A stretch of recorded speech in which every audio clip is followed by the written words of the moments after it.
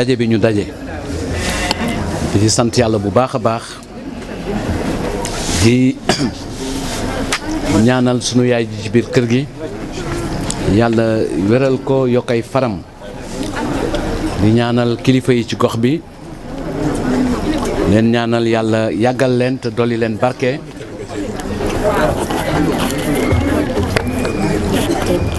ensuite di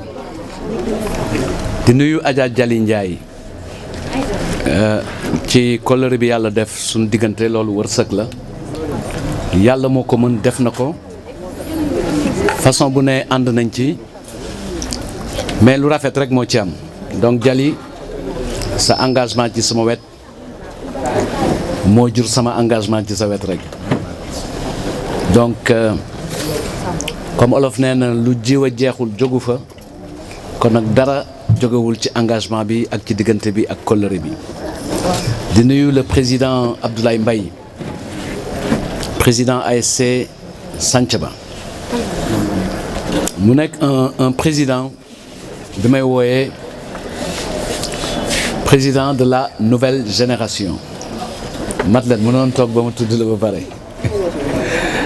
bu ma paree nuyoo Ablaye Mbaye bi yow laa doon waaj a nuyu Madeleine Kassé donc Ablaye nekk président nouvelle génération c'est-à-dire président nouvelle génération mooy ñi nga xam ne xam nañ ni bu ñu leen nee yéen a jiite seen place mooy ci ginnaaw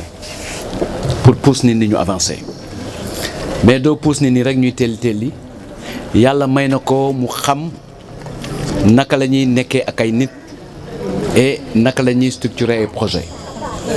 suñ diggante nag li ko def mooy yàgg waxtaan ci préoccupation wu Médinois xool constat bi xool li xale yi nekkee xool li jigéen yi nekkee xool cadre de vie bi ñu ciy waxtaan lu bare comme ça parce que nous sommes tous les deux des fils de la Médina tous les deux am nañ lu ñu yéene Médina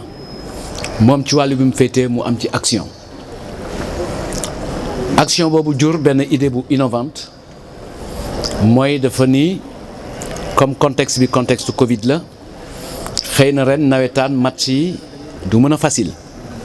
pour ne pas dire du am mu ne donc ñoom dañuy jël la dimension culturelle yëkkatiwaat ko et c'est dans ce cadre là que mu élaboré benn projet ak ay nit waxtaan ci ñëw fekk si ma ak seen bureau ñu waxtaan ñu am xel muñ ci def jël aussi ci seen idée loo xam ni neex na bàyyi xel ak neex na repérer donc Ablaye je renouvelle encore mon engagement ci accompagner initiative bi acte biñ ci njëkk posé moo tax il faut que mu clair li ñu joxe comme couverture mutuelle du pour ASC bi moo ko recevoir mais xale yi ñu wutal couverture mooy xale yi bokk ci dispositif bi muy def ak xale yi muy 150 enfants ñu war a nekk pendant 1 mois ci ay activités d'éveil de sensibilisation aux techniques de l'information de développement des compétences de visite dem wër seet dëkk bi xam Sénégal xam institution yi loo xam ni daal dina tax xaleelu Médina xam ni dañu war a am fulla ak fayda xam ni ci réew mi lañu bokk te am na lu ñuy xaar ci ñoom ëllëg ñu nit mag ñi suñu responsabilité mooy ñu jàpp seen loxo pousse leen parce que liñ leen war a yéene mooy ñu yegg weesu ñun fi ñu toll tey loolu la ñu yéene doomu Médina moo tax ñu ñëw am jataay ak yéen pour waxtaan ci di nuyu nag Madeleine Kassé suma jigéenu bopp parce que sànq dama toog seenuma ngañ dama ko bëggoon wax demal ci kër gële nga wol ma Madeleine ni ko mu ñëw parce que dama yéex a egsi mais li doon cër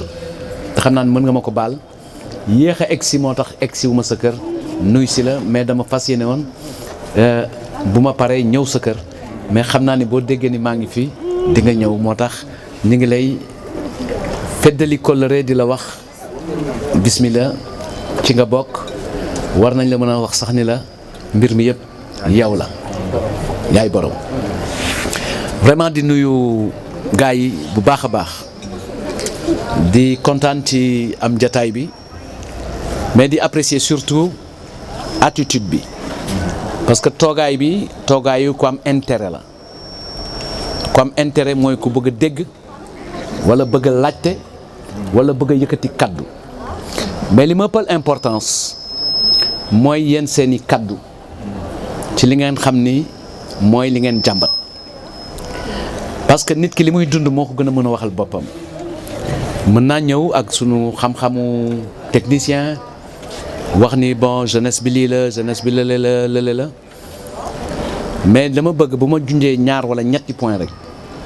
ma delloo leen micro bi comme ça ngeen laaj ma indi ay tontu parce que dañu sonn ci nit ñu ñëw rek di taxaw wax jóg dem mu mel ni ngelaw te dañu sonn ci jataay yoo xam ni boo ko dajalee li nga ci yaakaar mooy boo jógee ñëw may nit ñi xaalis foog ni réglé nga problème réglé wuloo dara nga réglé wul xam nga lan moo nekk sunu kanam nan la ñuy def ba gën a am yaakaar ci avenir bi loolu mooy problème fondamental bi te li ñu tax a jóg ici du lu nekk ci poosu Ablaye Mbaye wala lu nekk ci poosu Madeleine Kassé li ñu tax a jóg mooy li nga xam ne d'accord nañ ñun ñëpp ñoo ko bokk naka la ñu koy yore kooku du poosu Seydou Gueye du poosu keneen alal ju ñu natt la ak doxalin boo xam ne buñ ci jaaree xëy na ñëpp mën ci gis seen bopp loolu mooy problème fondamental bi dinaa ci ñëw li nga xam ne bëgg naa ko jëkk wax mooy plaisir bi ma am ñëw ci Rue 13 fii parce que Rue 13 boo koy romb en général da ngay mën a jàpp ni benn espèce su île la rek gars yi nekk ci biir tëju ci biir génnuñu nga romb ko mu am une densité au niveau de la jeunesse nga gis leen ñu toog mu leer la ni ñoom ñëpp ñoo bokk soxla parce que ñoo bokk problème de départ ñi ci ëpp njàng mi am na fu mu weesuwul li ñu bokk ñum ñëpp soxla bu ñu xëyee fan la ñuy dem comme xamaguñu fu ñuy dem dañuy toog di guddee tëdd pour mën a yéex a yeewu pour mën a am jataay fu ñu toog et ça c'est pas spécifique à la Rue 13 kese jeunesse bi en général moo am mal vivre boobu ba tax na président Macky Sall bi muy jottali solution dafa génne benn programme bu tudd xëyu ndaw ñi mu ne 65 000 emplois salariés tey kii li muy wax ci 25 yi ma doon yóbbu 25 la yu jeune u Médina yu war a dem ci benn secteur avec le fonds d'entretien routier donc tey lañ leen enrôler ils auront des contrats d'1 an renouvelables et avec des salaires autour de moins 100 000 pour les agents et 100 et quelques ou 200 pour ceux qui sont les superviseurs loolu du suma xam-xam du suma capacité lu président Macky Sall wàccel jeunes yi la dans tous les secteurs wàccel ko jeunes yi à concurrence de 65 000 emplois ci budget ren bi démb conseil des ministres wax nañu fan la niveau d'exécution bi toll ku lire journaux yi tey di nga ko gis ku déglu rajo yi di nga ko dégg donc loolu du ay naxe kooku nag du affaire u APR du affaire u Benno affaire u jeune u Sénégal la bokk ci parti taxul nga am ci ñàkk bokk ci parti bi nekk pouvoir taxul nga ñàkk ko da ngay farlu nga jóg ñu gunge la wan la yoon wi gunge la nga dem donc loolu moo fi nekk ci wàllu xëy donc ça c'est concret du lu ma mun du lu ma indi du lu ma inventé président Macky Sall moo analyser situation bi génne solution boobu mu nekk budget wu à peu près 75 wala 80 milliards mu des ci biir 150 milliards yooyu mu waxoon bi mu defee discours am au mois de mars avril li ci des dañu koy def ci wàllu entrepreneuriat parce que dafa am benn outil bu tudd délégation à l'entrepreneuriat rapide DER te boo gisee après DER bi mu ñëwee di def conseil présidentiel de la jeunesse dafa ne woon rapide bii mu ne na bar donc pour mu bar il faut que ngeen jóg parce que ki ñu mën a gunge mooy ku nekk ci yoon ku toog kenn du ko gunge dañ koy wéttali te man taluma toog di wéttali kenn dama tal gunge nit pour mu avancer ku toog rek ku la wéttali ngay wut te wéttali bi amul njëriñ li am njëriñ mooy xool sa bopp xam sa bopp xam ni jeune nga mais amoo njàng mu sore jeune nga amuloo métier loolu du gàcce président Macky Sall teg na dispositif bu tudd 3FPT lu waay bëgg jàng rek mën na dem dans le cadre de la gratuité ñu former ko te du fay ku bëgg nekk menuisier ku bëgg nekk mécanicien ku bëgg nekk câbleur informatique ku bëgg def leneen ak leneen soo demee ñu évaluer la say besoin xool la wut la fuñ la féetale. vous me direz nan mooy yoon bi donc maa ngi koy yaakaar ci question yi pour wax leen ko donc looloo ngi fi ci li nga xam ne mooy politique globale bi président génne pour citoyens yëpp kooku amul farna benno amul faruma benno amul PDS laa nekk amul maire bi laa àndal Médinois bu ne am na droit jóg xalaat loolu et ñun ñi nekk ci état bi sunu warugar mooy quel que soit seen ay choix ki ñu àndal ak ki ñu àndalul li ñu war mooy ñu toppatoo leen gunge leen te ci loolu la ñuy dox donc message ma bëgg ngeen njëkk ko dégg mooy droit yi ngeen am en tant que jeune du affaire politique locale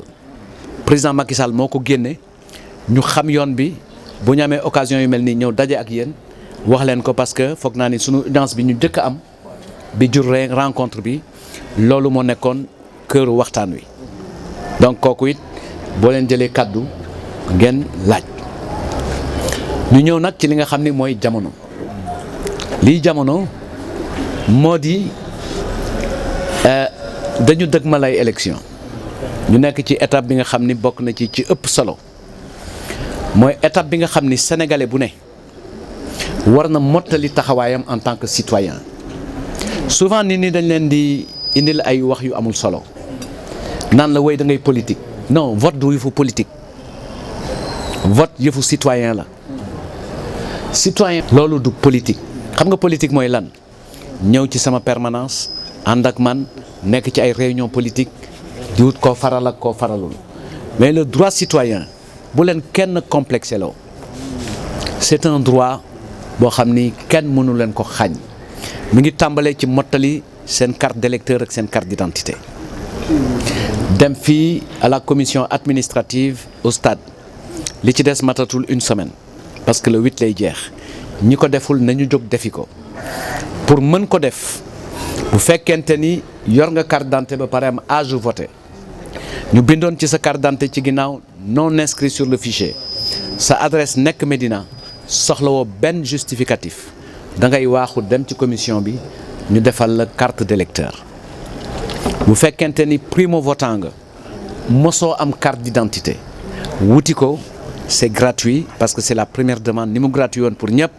kii wut si première demande noonu lay def boo ko amee nga door a ñëw ci commission bi ñu inscrire la ñi dëkk fii parce que dañu toxu si wala ñi dëkk fii parce que feneen lañ doon voté bëgg ñëw léegi di voté fii il faut que ñu am certificat de domicile wuti certificat de résidence affaire bi sax xaw na évoluer parce que dégg naa président Sénat ne yeneen justificatif yi wane ni fii nga dëkk maanaam sa facture d'électricité facture ndox ak yeneen ñu ko mën a mandargaal boo ko yóbboo dinañu ko accepter donc ku voté wul donc yaa jël responsabilité ni ëllëg ki ñuy tànn mu jiite ñu bokkuloo ci ñu ko tànn te bu ñu tànnee ku la neexul yaa tooñ sa bopp xëy na sa baat boobu kese manqué mënoon na tax ki nga bëggoon gagner donc le vote est un acte citoyen ce n'est pas un acte politique ñi politique mooy ñi militer ci parti mais électeurs yi dañu am droit boobu loolooy waral ba ma Samba ak ma Demba ak Soxna ak Xuja yi bëgg a yëkkati seen loxo ni ñoom bu ñu amoon lu leen gënal dinañu nekk candidat war a dajeek ñëpp ngeen jàpp lenn kuy doomu Médina te ju ñu la kaso nga am at yi nga am xam-xam bi nga am doole bi am énergie bi am nga sañ-sañu nekk candidat doomu Médina bu mu neex mu nekk candidat donc bu kenn ŋàññ kenn ci candidature am bu kenn ŋàññ kenn ci candidature am ku ne sañ na nekk candidat donc et bu ñu amee ay nit yu juddoo Médina fonk Médina yàlla may leen cër yàlla may leen dayoo yàlla may leen taxawaay yàlla may leen énergie yàlla may leen xam-xam ci appareil d'état bi wala ci yeneen i kuréel donc bu ñu jógee pour lu xamit naa lu baax lañ ci bëgg donc nañ leen déglu ñëpp tollooguñu fu ñuy tànnee fi ñu toll mooy ku nekk wax ni dafa bëgg ku bëgg wax bu fekkente ni yàlla dogal na mu ne fa lan la yéene donc loolu mooy débat bi ku ne am na sañ-sañu ànd ak ku la neex loolu mooy dëgg mais ni nga amee sañ-sañu ànd ak ku la neex noonu nga amee obligation respecter keneen ku àndul ak yow donc bu wax ji rafetee yëpp rafet.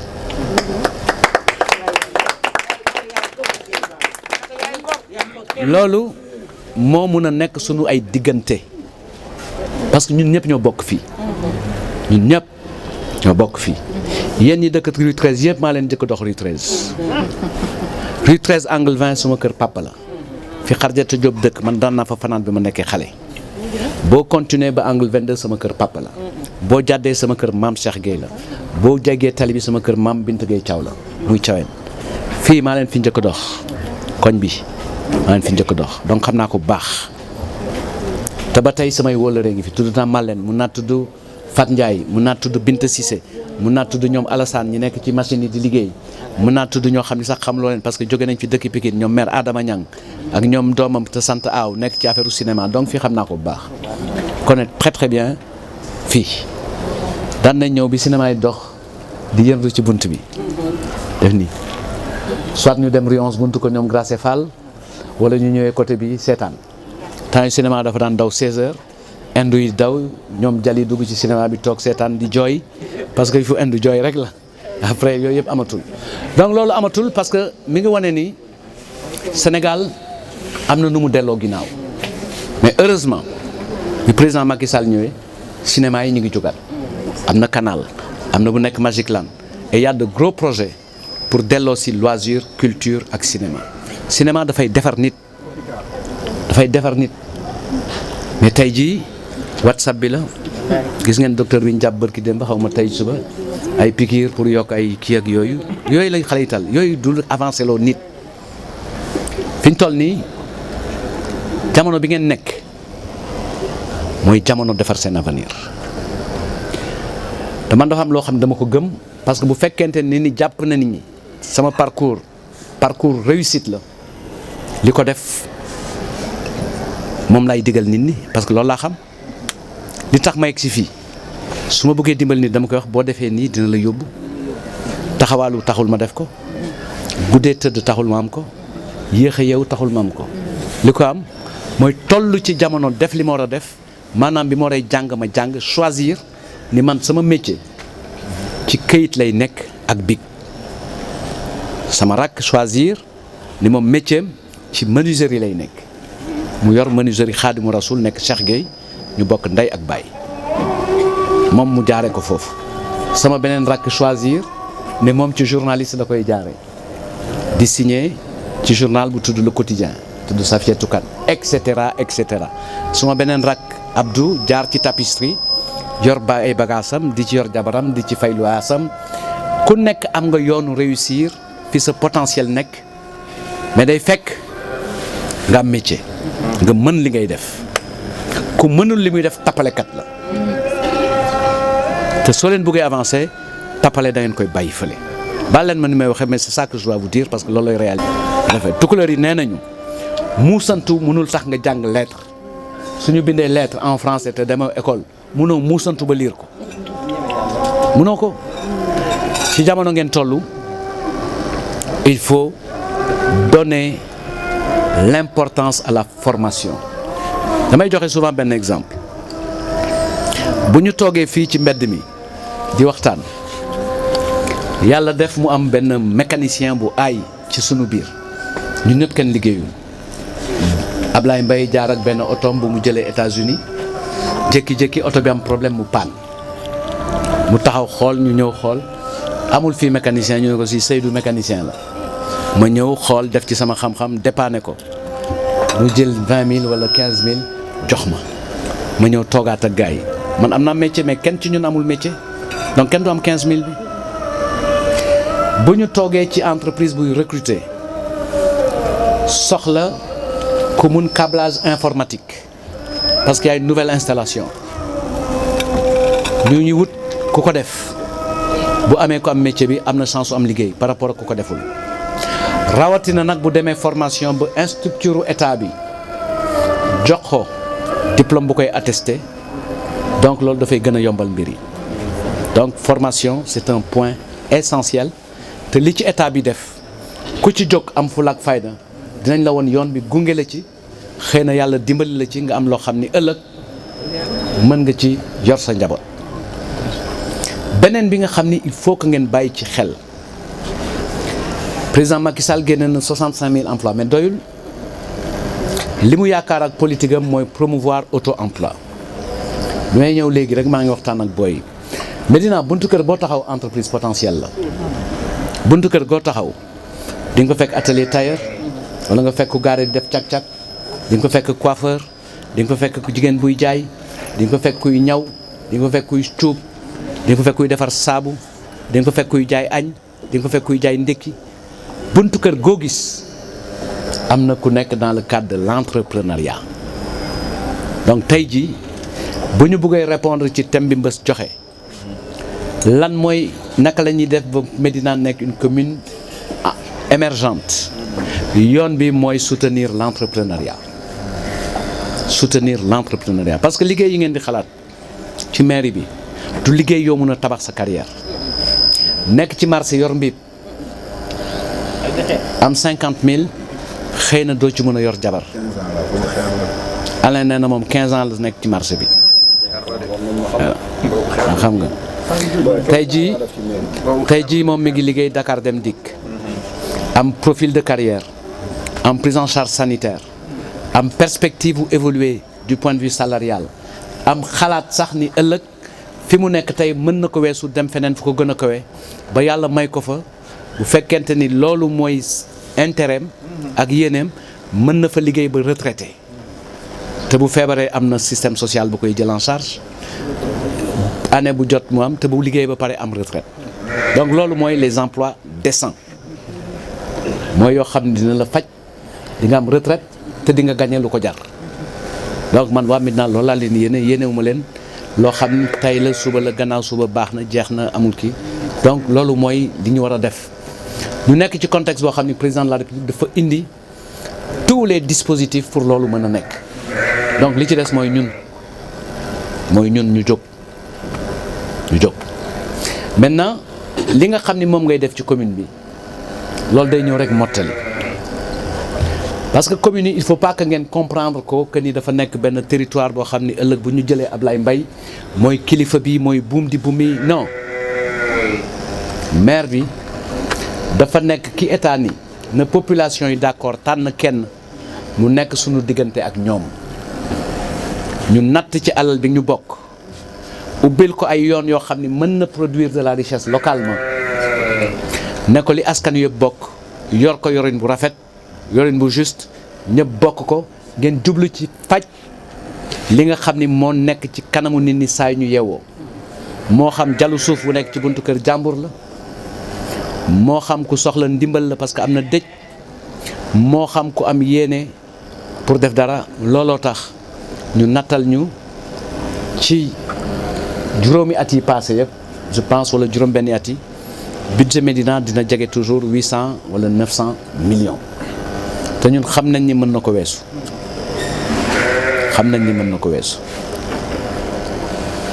li ci am solo